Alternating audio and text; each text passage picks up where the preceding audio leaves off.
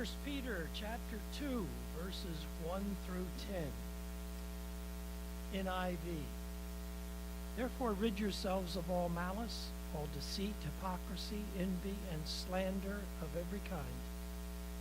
Like newborn babies, crave pure spiritual milk, so that by it you may grow up in your salvation, now that you have tasted the Lord is good. As you come to him, the living stone, rejected by humans, but chosen by God and precious to him, you also, like living stones, are being built into a spiritual house to be a holy priesthood, offering spiritual sacrifices acceptable to God through Jesus Christ. For in Scripture it says, "See, I lay a stone in Zion, a chosen and precious cornerstone, and the one who trusts in him will never be put to shame." Now to you who believe, this stone is precious, but to those who do not believe, the stone the builders rejected has become the cornerstone, and a stone that causes people to stumble, and a rock that makes them fall. They stumble because they disobey the message, which is also what they were destined for. Here's the important part I want to deal with this morning. But you are a chosen people, a royal priesthood, a holy nation, God's special possession, that you may declare the praises of him who called you out of darkness into his wonderful light. Once you were not a people, but now you are the people of God. Once you had not received mercy, but now you have received mercy. There's an old story about a small country church. It needed a pastor, at least for a short time, so they contacted a nearby seminary. And the seminary sent a student who had never been outside the city. And he comes out to this rural church. And when he arrives at the church, he is shocked to see an old hound dog sitting in the second row right next to the head elder, a kind of a crotchety old man who was known to run off young student pastors. At least that was his reputation. Now, in a heat of righteous indignation, not unlike the Lord chasing out the money changers at the temple, this young preacher, seminarian mind you, heads right straight up to the front where that dog is sitting. He screams at that dog and he chases it out of church. Well, the congregation held its corporate breath. Everyone waited to see what the head elder would do. And he did nothing. After the sermon, everyone quickly scooted out the side door so they could be in a position to see what would happen when the old man came out. And when the young pastor met him at the door, the old man extended his hand, shook the pastor's hand, and then he said, "I want to thank you for kicking my dog out of church." Even the pastor was shocked. "You want to thank me?" "Yep," said the old man. "I wouldn't have had my dog hear that sermon for anything."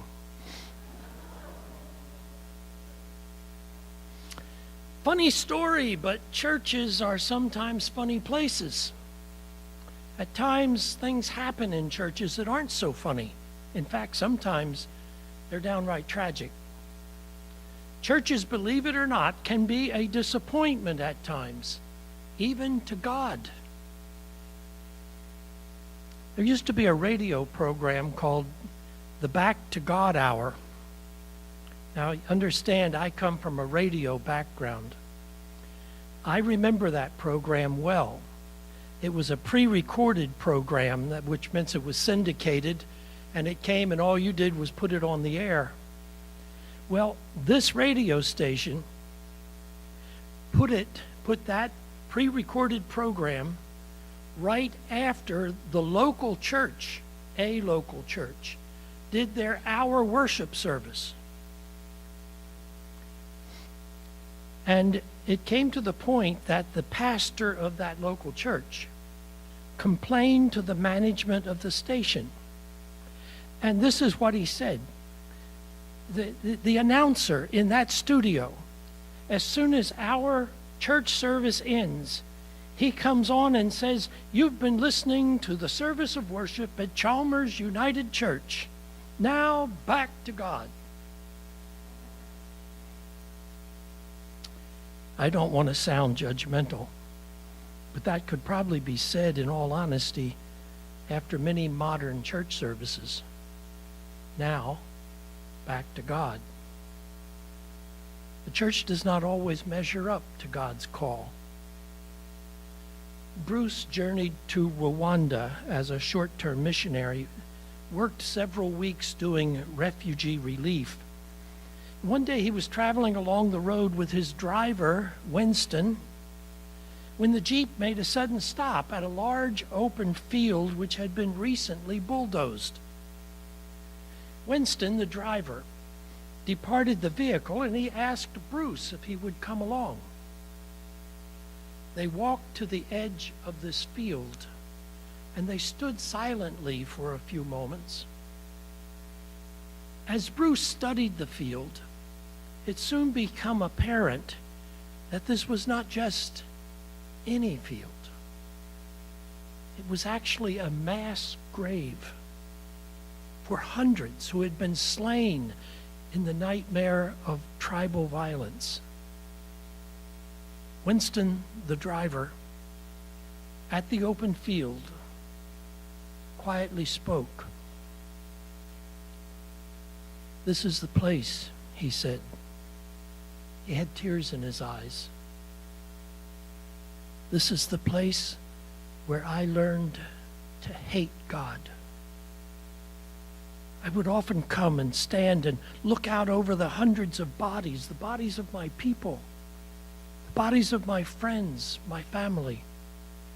I would stand here and I would scream out at God saying, 'Why? Why have you not done anything to prevent this? Why have you abandoned us?' And for many, many weeks, God remained silent. But as I stood here, day after day, hating God, this is also the place where I again learned to love God. For one day as I stood here cursing God, God answered me. He said, 'Winston, I never abandoned you. I was here all along, suffering with you.' And on that day," Winston continued, "on that day, I realized that I had directed my question to the wrong person. My question should not have been put to God. My question should have been put to the church. Why do you not do something?" And that's true, isn't it? There are many times when the church has remained silent in the face of unspeakable evil. And I'm certain that at many times the world has asked that same question. Why do you not do something? I'm equally certain that God directed that question to us as well. Why do you not do something? I love the Church of Jesus Christ. I believe in the church. But let's face it, we're not having the impact on the world that Christ has called us to have. It may be that we have not understood who or what Christ has called us to be. Listen to these words from today's lesson in 1 Peter, and then ask yourself what it is you believe Christ asks of us. "But you are a chosen people, a royal priesthood, a holy nation, a people belonging to God, that you may declare the praises of him who called you out of darkness into his wonderful light. Once you were not a people, but now you are the people of God. Once you had not received mercy, but now you have received mercy. Who are we? We are, according to Peter, a chosen people, a royal priesthood, a holy nation, a people belonging to God. I'm convinced there are many people who do not understand who we are and what we are about. Many people, even many of the church on membership roll, look at the church simply as it's a chapel, it's a temple, it's a shrine. And then there are a few, God forbid, who still see us as just an old museum. That is to say, for many people, the church is a place to go and pay homage to God. Some go weekly. Some go once a month or so. Some perhaps twice a year, usually Christmas and Easter. I've often referred to such people as CE Christians, Christmas and Easter Christians. Once they've done that, they feel they have fulfilled their religious obligation. Now, these are often nice people. However, they don't have a clue about what it means to be the Church of Jesus Christ. The church is not a place where we go. The church is who we are. We are a chosen people, a royal priesthood, a holy nation, a people belonging to God. The building is not a church. The building's where the church meets. You've probably seen it done, but you might have done it with your kids. This is the church. This is the steeple. Open the doors, and here are the people. Now, most everyone present, that most of my life I was a United Methodist, you know that. But I doubt that anyone here knows that technically, a United Methodist congregation is not known as a church. United Methodist congregation, now there'll be some people who call that building a church. They may call the congregation a church, but that is not what the Book of Discipline calls that. The Book of Discipline in the United Methodist Church calls that a charge. Isn't that a neat word? Charge! And when we gather once a year in a United Methodist Church to hold our building, our annual meeting, it is called a charge conference. This building is not the church. It's where the church meets. When we leave this building, you are still the church. When you go to a civic club, you are still the church. When you dine with your family, you are still the church. When you have recreation out on the golf course, you're still the church, even if it's Sunday morning. When you go to the office, you are still the church. And my friends, when you fulfill your civic responsibility and cast your ballot on election day, you are still the church. And if you do any of these things with no thought to God, you are betraying your calling as a follower of Jesus Christ. Aristides, the Roman philosopher around 125 AD, described the early Christian community to the Roman Emperor Hadrian in these words: they love each other. They never fail to help widows. They save orphans from those who hurt them. If they have something, they give freely to the person who has nothing. If they see a stranger, they take him into their home as a brother or sister in the Spirit of God, unquote. That's who we are. Or at least that's who we've been and who we still are called to be. Church is not a place we go. Church is who we are. It might be helpful for us to think of ourselves as priests. The priesthood of all believers, after all, is supposed to be the rock upon which the Protestant faith is based. But it is a doctrine that has been almost forgotten. When I say that we are to think of ourselves as priests, I don't mean in terms of public worship. I'm not saying that we should all be up here serving the sacrament, hearing confessions, playing in the praise team, or preaching the sermon. However, we are all called to be representatives of God, just as a pastor, or the priest, or the minister, or the reverend, whatever title you want to give him.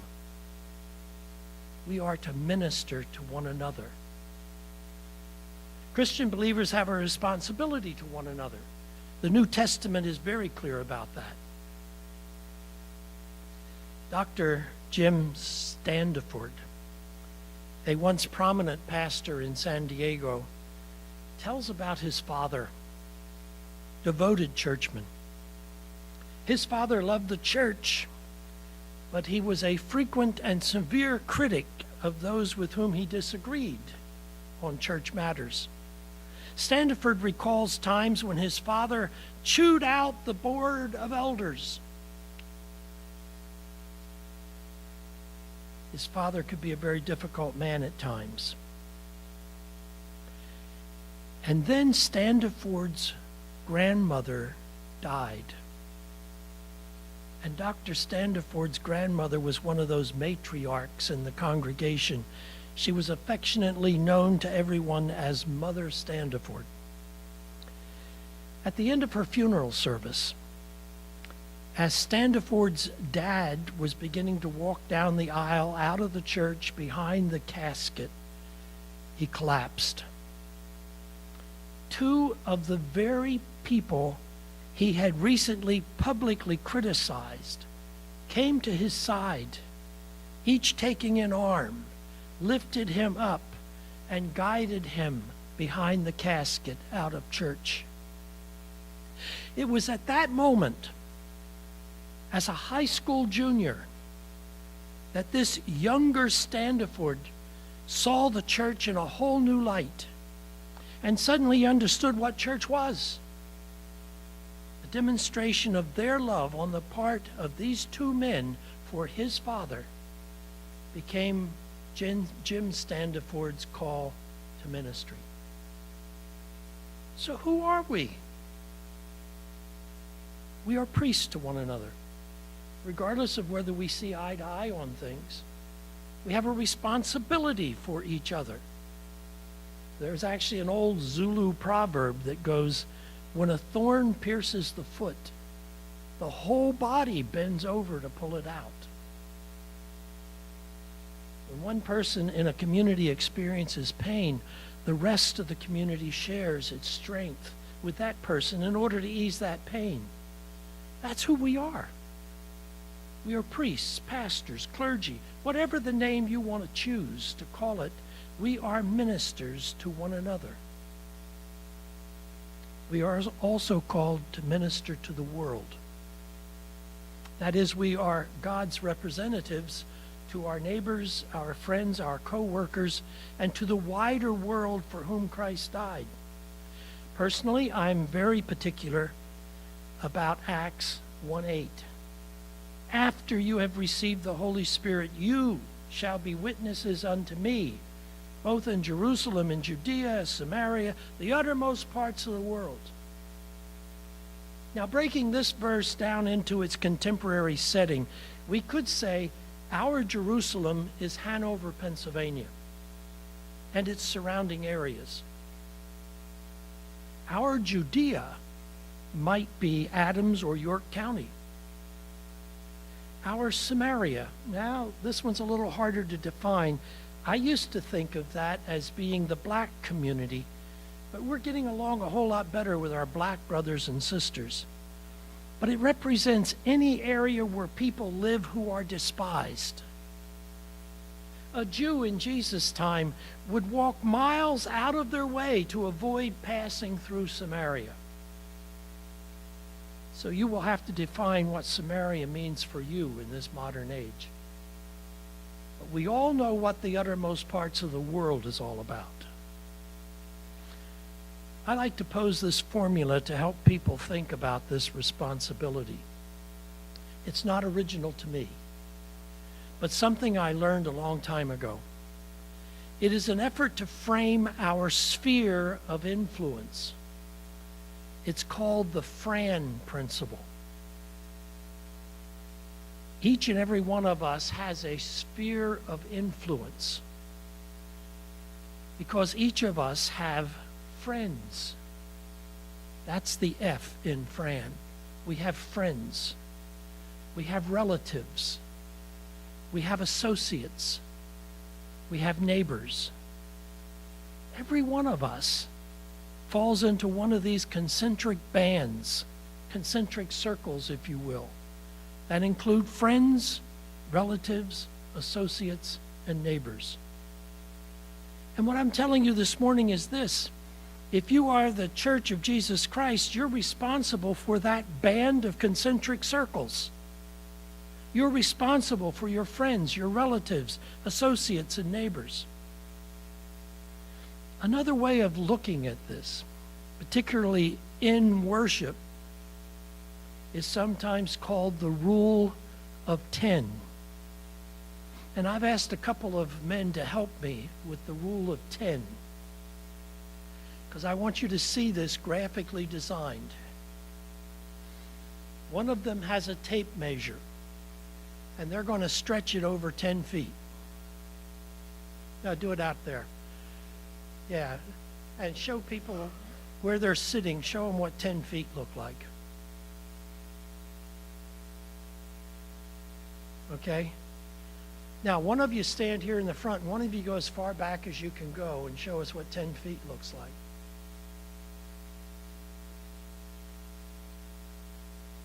Okay, so it's about 3 rows and about 6 chairs.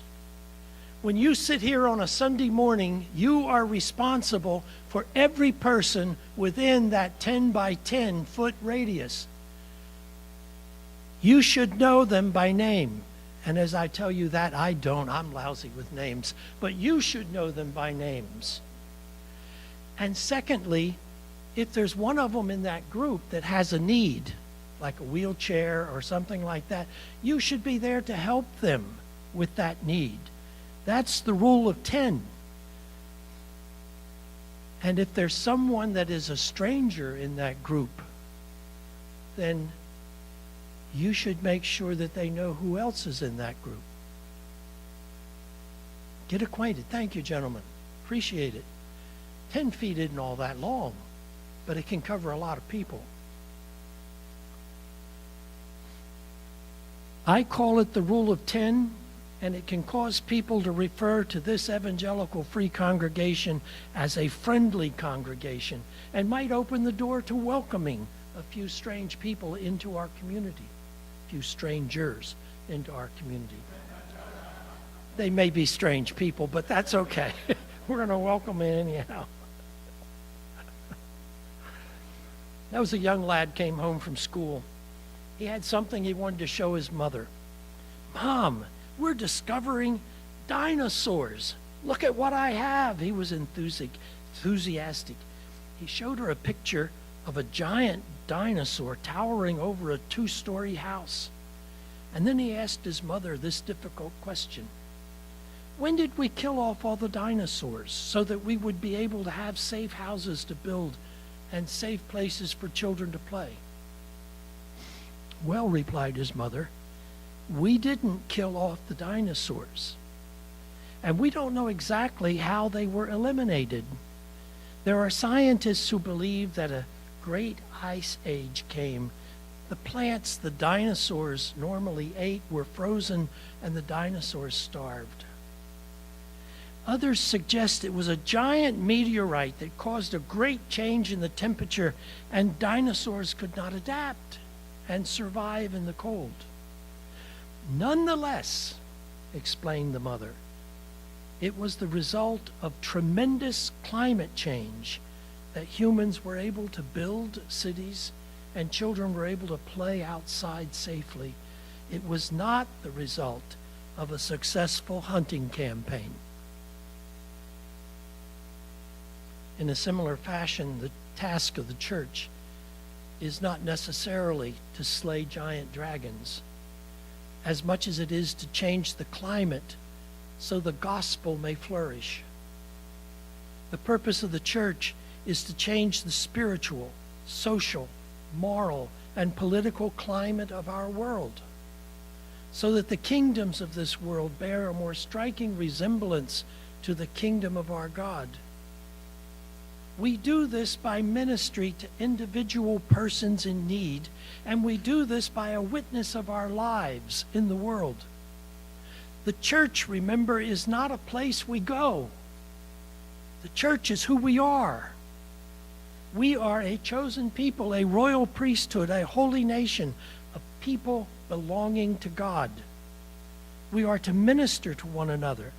We are to minister to the world, because we are to have a strong sense of God's presence in our lives. I remind you again, the Roman philosopher Aristides, speaking to Emperor Hadrian, said, "These Christians love one another. They never fail to help widows. They save orphans from those who hurt them. If they have something, they give freely to the person that has nothing. If they see a stranger, they take him home as a brother or sister in the Spirit of God."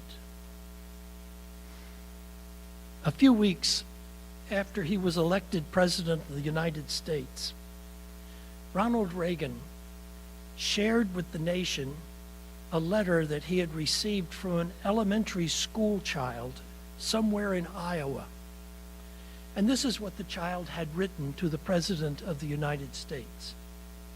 "Dear Mr. President, you have now been elected President of the United States. Now go to the Oval Office and get to work." Now let me put that note into the context that best fits our morning. Dear Christian, you have been elected by God to be his child. Now that you have finished paying your tribute to God, walk out of these hallowed halls and get to work. It's time for the Church of Jesus Christ, this royal priesthood called by God to represent him in the world, to get to work so the world will know exactly who we are. But we need to know who we are first. Do you know who you are? It's a lot to live up to, so we might as well get to it, don't you think? We are a chosen people, a royal priesthood, a holy nation, a people belonging to God. And my friend, that's just the way it is. That's the way it has been since Christ arose, and that's the way it will be until Christ returns. So let it be. So let us be. Let us be the Church of Jesus Christ, and let us get out there and get to work.